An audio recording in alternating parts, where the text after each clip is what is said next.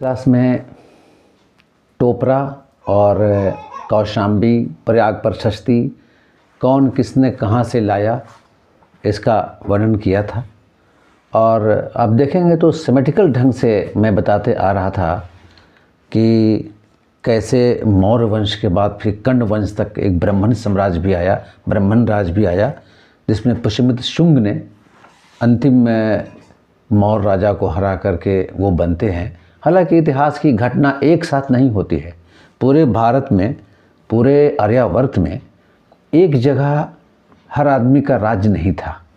जैसे पुष्यमित्र शुंग आते हैं तो नॉर्थ की तरफ उनका कब्ज़ा होता है और वो भारहूत स्तूप पुष्यमित्र शुंग के द्वारा ही बनाया जाता है। अब इसमें एक अतिशयोक्ति लगती है कि पुष्यमित्र शुंग एक ब्राह्मण थे और ब्राह्मण धर्म को प्रमोट करते हैं। बौद्ध से काफ़ी चिढ़ है, फिर भी वो भारहूत स्तूप बौद्धों के लिए कैसे बनाते हैं। और हमने एक ट्रिक्स बताया था कि मौर्य के बाद जब कण्व वंश तक का कैसे फार्मूला होगा, उस तरह से हम इसके बाद जैसे कि हिंद यवन आए, फिर शक आए, पहलव आए, कुषाण आए, तो इनका हमने एक याद करने का रखा है लाइन कि हिंदुस्तान में शराब पीकर कौन आया। तो हिंदुस्तान में माने हिंदुस्तान को हिंद यवन कहते हैं, इंडो ग्रीक, और शराब पी कर के, तो शराब में शक को हमने लिया, उससे याद करने का एक याद करने का एक डायलॉग है ये। पीकर जो है तो हमने पीकर को पहलव से लिया है, प से है। कौन आया तो हम कुषाण को लेते हैं। और कुषाण में आप देखेंगे कि जिस तरफ आपको हिंद यवन आते हैं, उसी समय साउथ के एरिया में सातवाहन का भी राज स्टार्ट होता है। ये हिस्ट्री अब बंद नहीं है कि सातवाहन आएंगे तो वो आएंगे। सातवाहन का राजपाट साउथ के एरिया में स्टार्ट है। उस तरफ से भारत में हमला भी, चूँकि 190 BC में इंडो ग्रीक यानी कि हिंद यवन का हमला हो जाता है भारत पर, और तक्षशिला के एरिया में, उनकी पंजाब के एरिया में कई जगह वो राजधानी अपनी बनाते हैं। वही सातवाहनों का आपको देखेंगे तो 60 BC में ही सातवाहन साउथ में चले आते हैं। और ये सिमुक जो है पहला सातवाहन राजा, बाद में शतकर्णी, आपने काफ़ी देखा होगा, शतकर्णी एक महान राजा सातवाहनों में होते हैं। और सातवाहनों का एक खासियत था कि इन्होंने अपने सभी सिक्का तो चांदी और अलग अलग धातु के बना रहे थे। ये टीन का सिक्का इन्होंने जारी किया, बड़ा चिप लेवल का सिक्का जारी किया। और ये कार्ले का चैत्य और अजंता की गुफा और एलोरा की गुफाएं, आगे जाकर हम बताएं कि एलोरा की गुफा और अजंता की गुफाएं किस धर्म पर ज़्यादा डेडिकेटेड है, तो इन्होंने बनाया था। और फर्स्ट यूनान यानी जो हिंद यवन है, उनके पहला है इन्होंने कि पहला सोना का सिक्का जारी करते हैं ये जो यूनानी राजा हैं, और सोने का फर्स्ट सिक्का जारी करते हैं ये। और इनका जो आर्ट था, खास करके गांधार शैली आपने सुना होगा, मथुरा शैली सुना होगा।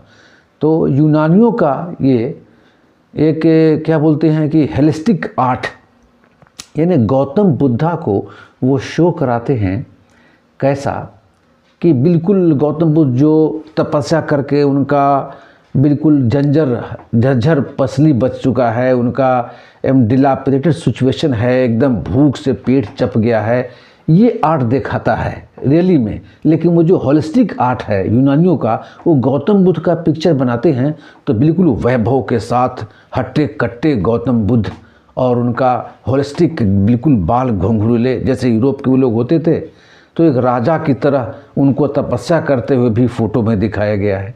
इनका एक गांधार शैली था। और यूनानी के बाद फिर शक आए, तो शक जो है उनकी राजधानी तक्षशिला हुई।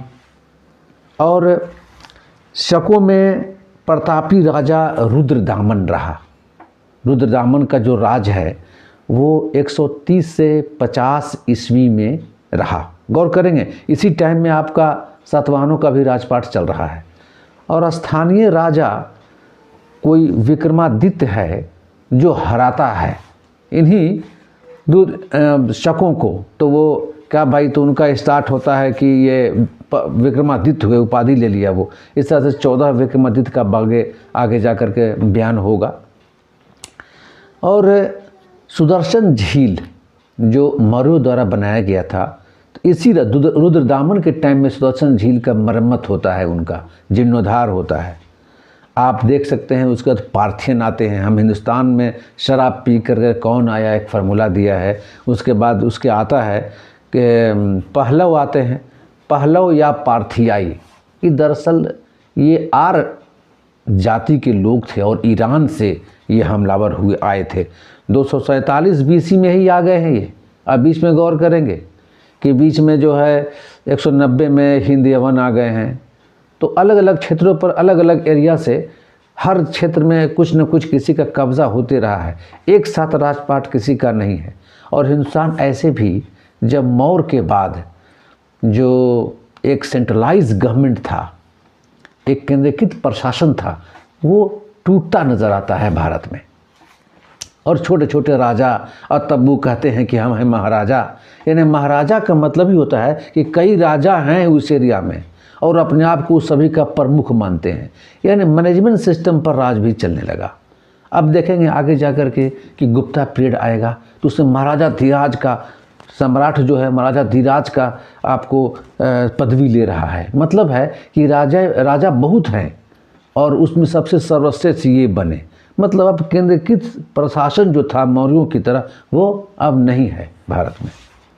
और उसके बाद फिर आप देखते हैं कि कुषाण आए। महान शासक इसमें कनिष्क रहे हैं। कनिष्क ही जो है शक संवत चलाया था, शक संवत। और भारत में 78 ईस्वी में भारत आज भी इसको अपना जो है, भारत इसको मानता है कि हमारा आज भी जो शक संवत है इसी के मुताबिक चलता है। उस तरह से गुप्त का भी शक संवत चला था, जैसे हिजरी संवत चला था। सभी लोगों ने चलाया है, लेकिन भारत सरकार अभी इसी को मान्यता देती है। और गौर कर सकते हैं कि कनिष्क एक ऐसा राजा है जो बौद्धों के चौथा जो मीटिंग होती है, जिसके अध्यक्ष वसुमित्र होते हैं, और कश्मीर के कुंडल वन में ये बौद्धों का चौथा सम्मेलन होता है। और बहुत ही प्रतापी भारत का कह सकते हैं कि एक सम्राट का रूप लिया है कुषाण का। और इनके दरबार में चरक जैसे एक विद्वान में क्या बोलते हैं, कह सकते हैं आप, जो आयुर्वेद के जनक हैं, वो वैद्य रहते हैं। जिस तरह से आपको मौर्यों इसमें हर एक वंश में जो जीवक थे, उस तरह से चरक यहाँ पर रोल लेते हैं, जो कनिष्क के दरबार में रहते हैं वो। और महाभाषा सूत्र में इसका जो है वसुमित्र ही इसका लिखने वाले हैं, जिसका बौद्धों का रामायण भी कहा जाता है। क्लास में टोपरा और कौशाम्बी, प्रयाग प्रशस्ति, कौन किसने कहाँ से लाया, इसका वर्णन किया था। और अब देखेंगे तो सिमेट्रिकल ढंग से मैं बताते आ रहा था कि कैसे मौर्य वंश के बाद फिर कण्व वंश तक एक ब्राह्मण साम्राज्य भी आया, ब्राह्मण राज भी आया, जिसमें पुष्यमित्र शुंग ने अंतिम मौर्य राजा को हरा करके वो बनते हैं। हालांकि इतिहास की घटना एक साथ नहीं होती है। पूरे भारत में, पूरे आर्यावर्त में एक जगह हर आदमी का राज्य नहीं था। जैसे पुष्यमित्र शुंग आते हैं तो नॉर्थ की तरफ उनका कब्ज़ा होता है और वो भारहूत स्तूप पुष्यमित्र शुंग के द्वारा ही बनाया जाता है। अब इसमें एक अतिशयोक्ति लगती है कि पुष्यमित्र शुंग एक ब्राह्मण थे और ब्राह्मण धर्म को प्रमोट करते हैं। बौद्ध से काफ़ी चिढ़ है, फिर भी वो भारहूत स्तूप बौद्धों के लिए कैसे बनाते हैं। और हमने एक ट्रिक्स बताया था कि मौर्य के बाद जब कण्व वंश तक का कैसे फार्मूला होगा, उस तरह से हम इसके बाद जैसे कि हिंद यवन आए, फिर शक आए, पहलव आए, कुषाण आए, तो इनका हमने एक याद करने का रखा है लाइन कि हिंदुस्तान में शराब पीकर कौन आया। तो हिंदुस्तान में, माने हिंदुस्तान को हिंद यवन कहते हैं, इंडो ग्रीक। और शराब पी कर के, तो शराब में शक को हमने लिया, उससे याद करने का एक मतलब याद करने का एक डायलॉग है ये पीकर जो है तो हमने पीकर को पहलव से लिया है, प से है। कौन आया तो हम कुषाण को लेते हैं। और कुषाण में आप देखेंगे कि जिस तरफ आपको हिंद यवन आते हैं, उसी समय साउथ के एरिया में सातवाहन का भी राज स्टार्ट होता है। ये हिस्ट्री अब बंद नहीं है कि सातवाहन आएंगे तो वो आएंगे। सातवाहन का राजपाट साउथ के एरिया में स्टार्ट है। उस तरफ से भारत में हमला भी, चूँकि 190 BC में इंडो ग्रीक यानी कि हिंद यवन का हमला हो जाता है भारत पर, और तक्षशिला के एरिया में, उनकी पंजाब के एरिया में कई जगह वो राजधानी अपनी बनाते हैं। वही सातवाहनों का आपको देखेंगे तो 60 BC में ही सातवाहन साउथ में चले आते हैं। और ये सिमुक जो है पहला सातवाहन राजा, बाद में शतकर्णी, आपने काफ़ी देखा होगा, शतकर्णी एक महान राजा सातवाहनों में होते हैं। और सातवाहनों का एक खासियत था कि इन्होंने अपने सभी सिक्का तो चांदी और अलग अलग धातु के बना रहे थे, ये टीन का सिक्का इन्होंने जारी किया, बड़ा चिप लेवल का सिक्का जारी किया। और ये कार्ले का चैत्य और अजंता की गुफा और एलोरा की गुफाएं, आगे जाकर हम बताएं कि एलोरा की गुफा और अजंता की गुफाएं किस धर्म पर ज़्यादा डेडिकेटेड है, तो इन्होंने बनाया था। और फर्स्ट यूनान यानी जो हिंद यवन है, उनके पहला है इन्होंने कि पहला सोना का सिक्का जारी करते हैं ये जो यूनानी राजा हैं, और सोने का फर्स्ट सिक्का जारी करते हैं ये। और इनका जो आर्ट था, खास करके गांधार शैली आपने सुना होगा, मथुरा शैली सुना होगा। तो यूनानियों का ये एक क्या बोलते हैं कि हेलिस्टिक आर्ट, यानी गौतम बुद्धा को वो शो कराते हैं कैसा कि बिल्कुल गौतम बुद्ध जो तपस्या करके उनका बिल्कुल झज्झर पसली बच चुका है, उनका डिलापिडेटेड सिचुएशन है, एकदम भूख से पेट चप गया है, ये आर्ट दिखाता है रियली में। लेकिन वो जो होलिस्टिक आर्ट है यूनानियों का, वो गौतम बुद्ध का पिक्चर बनाते हैं तो बिल्कुल वैभव के साथ हट्टे कट्टे गौतम बुद्ध, और उनका होलिस्टिक बिल्कुल बाल घुंघरूले जैसे यूरोप के वो लोग होते थे, तो एक राजा की तरह उनको तपस्या करते हुए भी फ़ोटो में दिखाया गया है। इनका एक गांधार शैली था। और यूनानी के बाद फिर शक आए, तो शक जो है उनकी राजधानी तक्षशिला हुई। और शकों में प्रतापी राजा रुद्रदामन रहा। रुद्रदामन का जो राज है वो 130 से 50 ईस्वी में रहा। गौर करेंगे इसी टाइम में आपका सातवाहनों का भी राजपाट चल रहा है।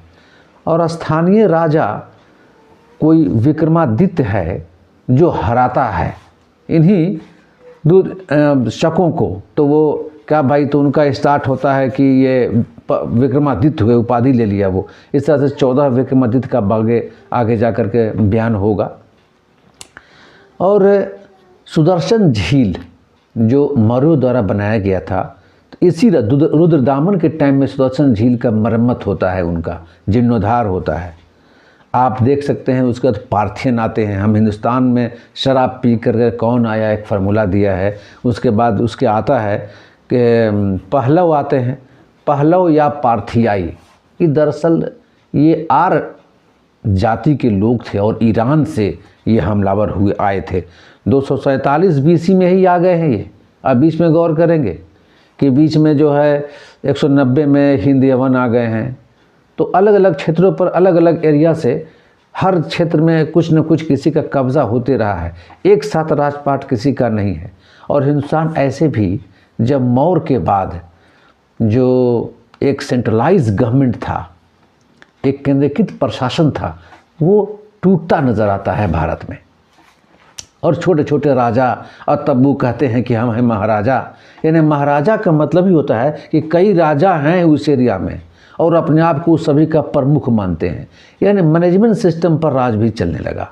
अब देखेंगे आगे जा कर के कि गुप्ता पीरियड आएगा तो उसमें महाराजा धीराज का, सम्राट जो है महाराजा धीराज का आपको पदवी ले रहा है। मतलब है कि राजा बहुत हैं और उसमें सबसे सर्वश्रेष्ठ ये बने। मतलब अब केंद्रीकृत प्रशासन जो था मौर्यों की तरह वो अब नहीं है भारत में। और उसके बाद फिर आप देखते हैं कि कुषाण आए। महान शासक इसमें कनिष्क रहे हैं। कनिष्क ही जो है शक संवत चलाया था, शक संवत। और भारत में 78 ईस्वी में भारत आज भी इसको अपना जो है भारत इसको मानता है कि हमारा आज भी जो शक संवत है इसी के मुताबिक चलता है। उस तरह से गुप्त का भी शक संवत चला था, जैसे हिजरी संवत चला था, सभी लोगों ने चलाया है, लेकिन भारत सरकार अभी इसी को मान्यता देती है। और गौर कर सकते हैं कि कनिष्क एक ऐसा राजा है जो बौद्धों के चौथा जो मीटिंग होती है, जिसके अध्यक्ष वसुमित्र होते हैं, और कश्मीर के कुंडल वन में ये बौद्धों का चौथा सम्मेलन होता है। और बहुत ही प्रतापी भारत का कह सकते हैं कि एक सम्राट का रूप लिया है कुषाण का। और इनके दरबार में चरक जैसे एक विद्वान में क्या बोलते हैं, कह सकते हैं आप, जो आयुर्वेद के जनक हैं वो वैद्य रहते हैं। जिस तरह से आपको मौर्यों इसमें हर एक वंश में जो जीवक थे, उस तरह से चरक यहाँ पर रोल लेते हैं जो कनिष्क के दरबार में रहते हैं वो। और महाभाषा सूत्र में इसका जो है वसुमित्र ही इसका लिखने वाले हैं, जिसका बौद्धों का रामायण भी कहा जाता है।